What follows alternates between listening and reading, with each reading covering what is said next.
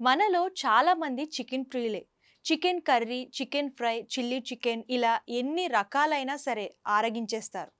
Chicken ధరలు పెరిగినా సరే ఏమాత్రం లెక్క చేయకుండా లొట్టలేస్తూ లాగిస్తారు. ఈ క్రమంలోనే నాన్ వెజ్ ప్రియుల కోసం చికెన్లో తందూరి, షవర్మా వంటి వంటలు సైతం అందుబాటులోకి వచ్చేస్తున్నాయి. అయితే చికెన్ తినడం ఆరోగ్యమే అయినప్పటికీ ఎక్కువగా తీసుకోవడం వలన క్యాన్సర్ బారిన పడే అవకాశాలు ఉన్నాయని తెలుస్తుంది. చికెన్లో ప్రోటీన్లు భారీగా ఉంటాయన్నది అక్షర సత్యం.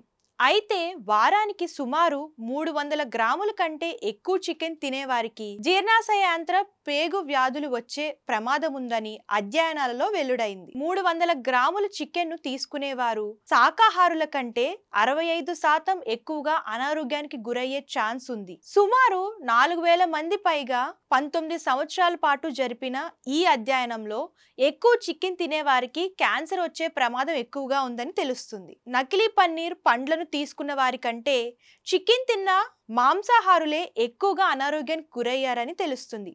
బిర్యానీ నుంచి బటర్ చికెన్ వరకు అన్ని ప్రసిద్ధ వంటకాలే అయినప్పటికీ వారానికి 300 గ్రాముల కంటే తక్కువగానే చికెన్ తినాలని ఆ పరిశోధన సూచిస్తుంది. లేదా వారానికి గరిష్టంగా 2 సార్లకు పరిమితి చేయాలని చెబుతుంది. లేని పక్షంలో ఆరోగ్యానికి డేంజర్ బెల్స్ మోగిస్తున్నట్లే అని చెప్పుకొచ్చారు.